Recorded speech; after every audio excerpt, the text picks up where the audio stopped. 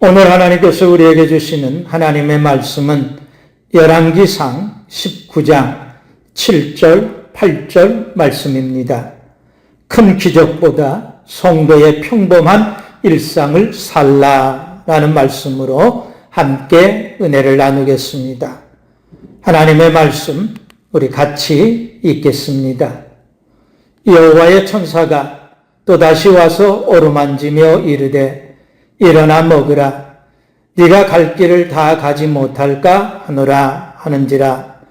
이에 일어나 먹고 마시고 그 음식물에 힘을 의지하여 40주 40야를 가서 하나님의 산 호렙에 이르니라.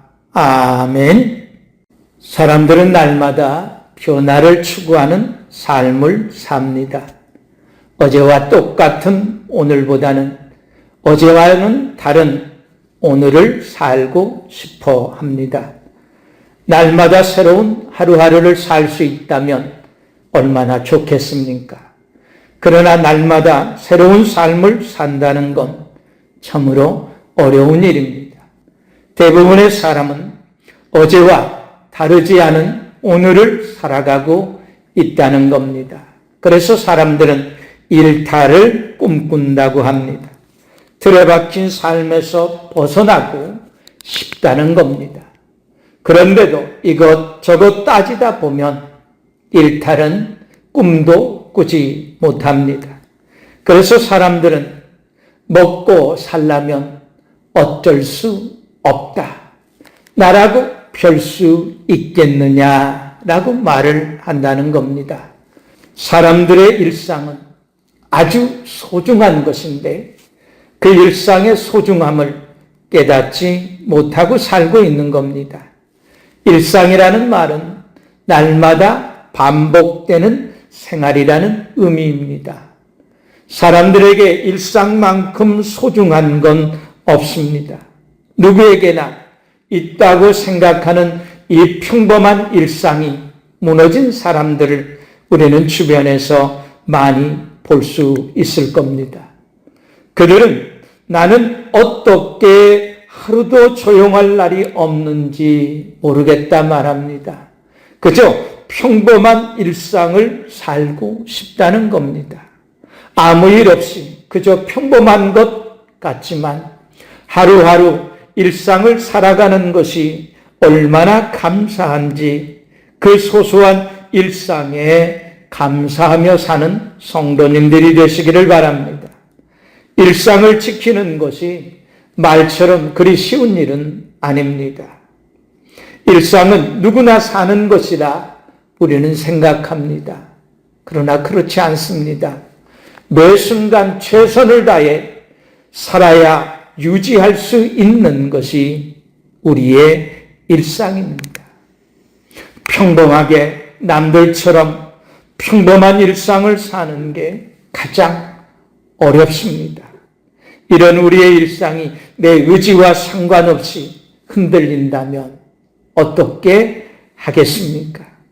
나는 아무런 잘못도 없는 것 같은데 내 일상이 누군가에 의해서 무너졌을 때 우리는 무엇을 할 수 있겠습니까? 다시는 돌이킬 수 없을 정도로 일상이 무너졌다면 그건 혼자서 감당할 수 없을 겁니다. 일상은 평범하니까 무너진다고 해도 별일은 없을 거라고 너무도 우리는 안일하게 생각하는 경향이 있습니다. 일상이니까 언제든지 얼마든지 내가 마음만 먹으면 회복할 수 있다고 우리는 생각하는 것 같습니다. 큰 착각입니다. 일상이 무너진 사람들을 보십시오. 그리고 그들의 생활을 한번 들여다보십시오. 얼마나 힘들어하는지, 일상으로 돌아가기를 위해서 얼마나 몸부림치는지, 그런데도 돌아가지 못하고 있는 것을 보게 될 겁니다. 일명 믿음이 좋다는 성도들도 외에는 아닙니다. 성경에 나오는 믿음의 사람 가운데 일상이 무너진 사람으로 대표적인 사람이 있다면 그는 바로 엘리야일 겁니다. 엘리야는 당대 최고의 선지자였습니다. 엘리야라는 이름은 여호와는 하나님이시라는 의미가 있습니다. 엘리야는 그 이름에 걸맞는 엄청난 기적을 행했습니다. 우리는 그의 행한 기적들을 기억할 겁니다. 사르밧 과부가 한 움큼의 가루와 병에 기름 조금으로 아들과 함께 떡을 만들어 먹고 죽으려고 했을 때 엘리야는 한 움큼의 가루와 병에 조금 남은 기름이 없어지지 않는 기적을 베풀었습니다. 후에 과부의 아들이 죽었을 때에도 하나님께 기도하여 죽은 과부의 아들을 살리는 기적을 베풀었습니다. 이스라엘이 3년 6개월 동안 극심한 가뭄과 기근으로 고통받고 있을 때 하나님께 기도하여 3년 6개월의 가뭄과 기근을 해결할 수 있는 비를 내리게 하는 기적을 베풀었습니다. 또한 갈멜산에서 바알과 아세라 선지자 850명과 누가 섬기는 신이 진짜 참 하나님인지 대결하자 해서 850명을 모조리 죽였습니다.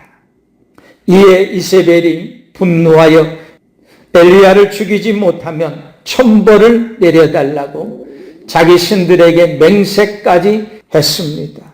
엘리야가 이것을 알고 도망칩니다. 광야로 들어가 노뎀나무 아래서 여호와여 넉넉하오니 지금 내 생명을 거두어 주십시오. 나는 내 조상들보다 결코 낫지 못합니다 하고 하나님께 죽여달라고 기도합니다. 엘리야는 누구도 행할 수 없었던 엄청난 기적을 행한 후에 선지자로서의 일상이 완전히 무너져 버리는 것을 볼 수 있습니다. 엘리야가 사르밧 과부의 집에서 행한 기적이나 과부의 죽은 아들을 살린 기적이나 3년 6개월의 가뭄을 끝낸 기적과는 비교할 수 없는 엄청난 기적을 행하였음에도 불구하고 하나님께 그냥 날 죽여달라고 기도할 정도로 선지자로서의 엘리야의 일상이 무너진 겁니다. 엘리야는 지금까지 선지자로서의 일상을 흔들림 없이 살아왔습니다. 누구의 눈치도 보지 않았습니다. 그 누구도 엘리야의 일상을 방해하지 못했습니다. 그런데 갈멜산에서 큰 승리를 거둔 후에 이세벨의 말 한마디에 선지자로서의 엘리야의 일상이 맥없이 무너져버린 겁니다. 가장 큰 기적을 행한 후에 일상이 무너져버린 것을 볼 수 있습니다. 그래서 바울은 선들로 생각하는 사람은 넘어질까 조심하라 말씀합니다. 한 번의 큰 기적이나 엄청난 영적 체험이 우리의 성도의 일상을 지탱해 주지는 못한다는 겁니다. 성도의 일상은 그런 것들과는 비교할 수 없을 만큼 더 크고 위대한 일상입니다. 그런데 우리는 그 사실을 모르니까 성도의 일상을 너무도 소홀히 여긴다는 겁니다.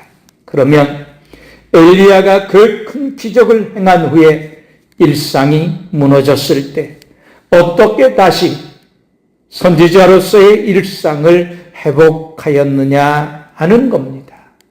엘리야가 선지자로서의 일상이 무너졌을 때 한 노뎀나무 아래서 하나님께 주여 저는 이제 더 이상 살 수가 없습니다.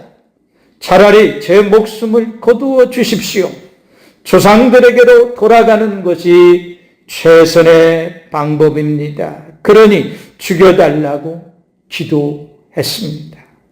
그리고 잠이 들었습니다. 그때 하나님께서 보낸 천사들이 엘리야에게 숯불에 구운 떡과 물 한 병을 주며 먹으라고 합니다. 그래서 그걸 먹고 힘을 얻어서 40일을 밤낮으로 걸어 하나님의 산 호렙에 이르렀다 말씀합니다. 엘리야는 40일 동안 신의 산으로 가면서 기도하고 말씀을 생각하며 하나님께서 지금까지 행하신 일들을 생각하면서 조금씩 일상으로 회복하여 갔을 겁니다. 그리고 시내산에 있는 한 동굴에 머물면서 선지자로서의 일상을 완전히 회복하게 되는 것을 볼 수 있습니다. 첫째, 성도들의 일상을 회복하기 위해서는 일상을 회복하고자 하는 간절한 마음의 열망이 있어야 한다는 겁니다. 일상을 지키며 유지하는 건 매우 힘들고 어렵지만 일상이 무너지는 건 한순간에, 순식간에 일어난다는 겁니다. 엘리야가 갈멜산에서 목숨을 건 싸움의 목적은 이스라엘 백성들에게 하나님을 섬기는 일상을 회복시켜 주는 것이었습니다. 하나님께서 엘리야야 여기서 무엇 하느냐고 물었을 때 엘리야는 주님, 저는 이스라엘의 하나님이요 만유의 주인이신 주를 섬겨왔습니다. 이스라엘 백성들은 주님과 맺은 언약을 저버리고 떠났으며 주님을 섬기는 제단도 허물어 버렸고 주님의 애언자들까지 모두 죽였습니다. 이제는 저만 홀로 남아 주님을 섬기는데 그들은 이제 저까지 잡아 죽이려 한다 대답했습니다. 엘리야의 대답 속에는 일상이 무너진 이스라엘 백성들을 향한 안타까워하는 마음이 담겨 있고 그들의 일상을 어떻게 하면 회복시켜 줄까 하는 간절한 열망이 있음을 알 수 있습니다. 하나님께서 엘리야에게 동굴 밖으로 나아가 하나님 앞에 서라고 다시 말씀합니다. 동굴 밖으로 나와 서 있는 엘리야 앞을 하나님께서 지나가시는데 크고 강한 바람이 산을 가르고 바위를 부스러뜨립니다. 바람 후에 지진이 나고 지진 후에 불이 있었으나 그 가운데 하나님은 계시지 않았습니다. 불이 지나간 후에 하나님께서 다시 엘리야에게 엘리야야 네가 여기서 무엇을 하고 있느냐 하고 세미한 음성으로 동굴 안에서 물은 것과 똑같은 물음을 다시 묻습니다. 엘리야는 동굴 안에서와 똑같은 대답을 합니다. 이는 엘리야가 이스라엘 백성들에게 하나님을 섬기는 일상을 회복시켜 주고자 하는 마음이 얼마나 간절했는지 다시 한번 보여줍니다. 이스라엘 백성들의 일상을 회복시켜 주는 것이야말로 선지자로서의 자신의 일상을 회복하는 것이라 엘리야는 믿고 있었던 겁니다. 성도들이 성도의 일상에서 무너졌다는 건 성도의 일상을 무너뜨릴 만한 무언가 큰 일이 그에게 있었다는 겁니다. 그러므로 막연히 일상을 회복하고 싶다는 마음만으로는 성도의 일상을 회복하기가 어렵습니다. 일상을 무너뜨릴 만큼 강력한 것이었기 때문에 일상을 극복하기 위한 열망이 그만큼 강력해야 하고 그만큼 간절히 하나님께 성도의 일상을 회복시켜 주시도록 기도해야 한다는 것입니다. 엘리야는 무너진 일상을 극복하기 위해서 40일 동안 밤낮으로 하나님의 산 호렙에 이르렀다 말씀했습니다. 그리고 그곳에서 하나님의 도움을 간절히 구했을 겁니다. 그래서 다시 선지자의 일상을 회복하게 되었고 하나님께 사명을 다시 받게 되었다는 것입니다. 성도로서의 무너진 성도의 일상을 회복하기 원한다면 지금보다 더 뜨거운 열망을 가져야 할 겁니다. 엘리야가 하나님의 산에 있는 호렙에 이르기까지 40일 동안 걸어가 하나님을 만나고 하나님께 사명을 받고 선지자로서의 일상을 회복한 것처럼 작정하고 성도의 일상을 회복하기 위해서 첫걸음을 내디딤으로써 성도의 일상을 회복해가는 성도님들이 되시기를 간절히 축원합니다. 두 번째는 성도의 일상을 회복하기 위해서는 하나님이 계신 장소를 찾아가야 한다는 것입니다. 하나님께서 모세에게 십계명을 주시기 위해서 시내산으로 올라오라고 합니다. 모세는 시내산에서 40일 동안 기도하며 하나님을 만납니다. 그리고 하나님께 십계명을 받습니다. 그래서 시내산을 하나님이 계시는 하나님의 산이라 부르는 겁니다. 하나님께서 엘리야를 이 시내산으로 부르신 겁니다. 그래서 하나님의 산 호렙에 이르렀다 말씀한 겁니다. 이스라엘 백성들에게 있어서 시내산은 하나님이 계시는 거룩한 산이었습니다. 하나님께서 선지자로서의 일상이 무너진 엘리야를 시내산으로 올라오게 한 것은 하나님께서 그곳에 계셨기 때문입니다. 그리고 엘리야는 그곳에서 하나님께 기도하며 하나님의 말씀을 들으며 하나님의 말씀을 생각하고 선지자로서의 일상을 회복한 것입니다. 나아가 엘리야를 회복시킴으로 하나님과 맺은 언약을 저버리고 죄의 제단을 허물고 선지자들을 칼로 죽인 이스라엘 백성들을 하나님과 맺은 언약 안으로 다시 불러들이고 무너뜨린 제단을 쌓고 하나님을 섬기는 일상을 회복시키길 원하셨던 겁니다. 그리고 바알에게 무릎 꿇지 않고 바알에게 입맞추지 아니한 7,000명을 남겨두셨는데 그들로 하여금 일상을 회복해 하시기를 원하셨다는 겁니다. 이렇듯 성도들의 일상이 무너진 성도들이 성도의 일상을 회복하기 위해서 해야 할 일은 하나님께서 계신 장소를 찾아가는 것입니다. 하나님은 하나님을 찾으라, 그리하면 살리라 분명히 말씀하셨습니다.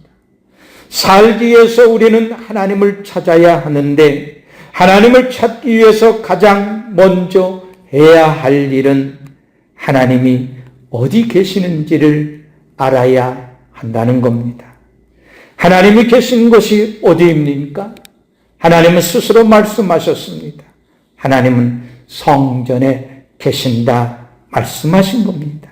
그렇다면 하나님이 계신 교회를 성도들이 찾아야 한다는 것입니다. 하나님이 계신 교회는 성도들에게 있어 가장 가까운 곳임과 동시에 성도의 일상이 무너진 성도들에게는 가장 먼 곳이기도 한다는 겁니다. 마음의 거리가 그만큼 멀게 느껴진다는 겁니다. 성도의 일상이 무너진 성도들이 성도의 일상을 회복하기 위해서 교회를 찾아야 합니다. 그리고 성도들은 그곳에서 하나님께 기도해야 합니다. 하나님의 말씀을 생각해야 합니다.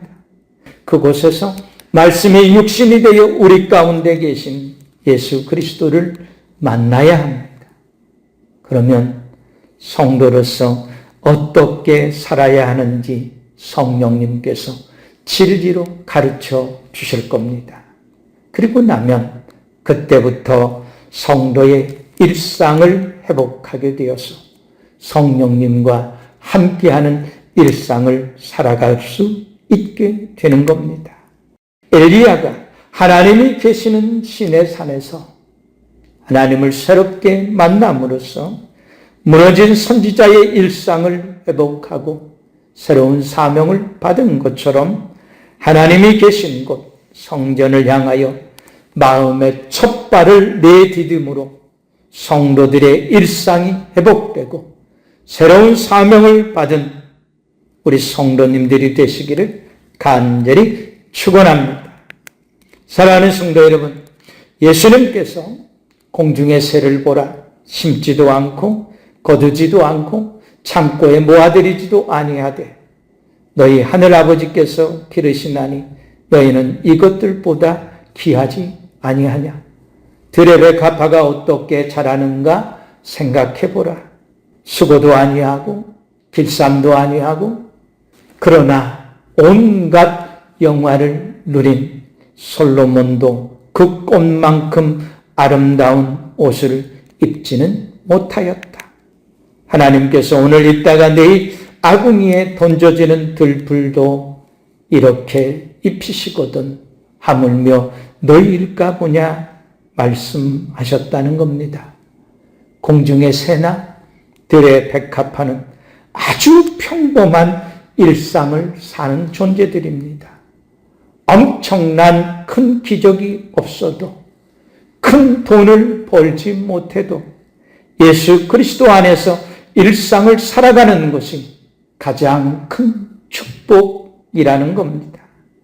성도들은 날마다 주님과 동행하는 일상을 꿈꿉니다. 그런데 마귀는 자꾸 특별한 일상이 있다고 유혹합니다. 그래서 아주 특별한 일상, 큰 기적을 꿈꾸게 합니다. 그래서 그 유혹에 넘어간 성도들은 그때부터 주님과 동행하는 아주 평범한 일상이 무너지게 됩니다. 그리고 아주 특별한 기적을 체험하는 것도 아닙니다.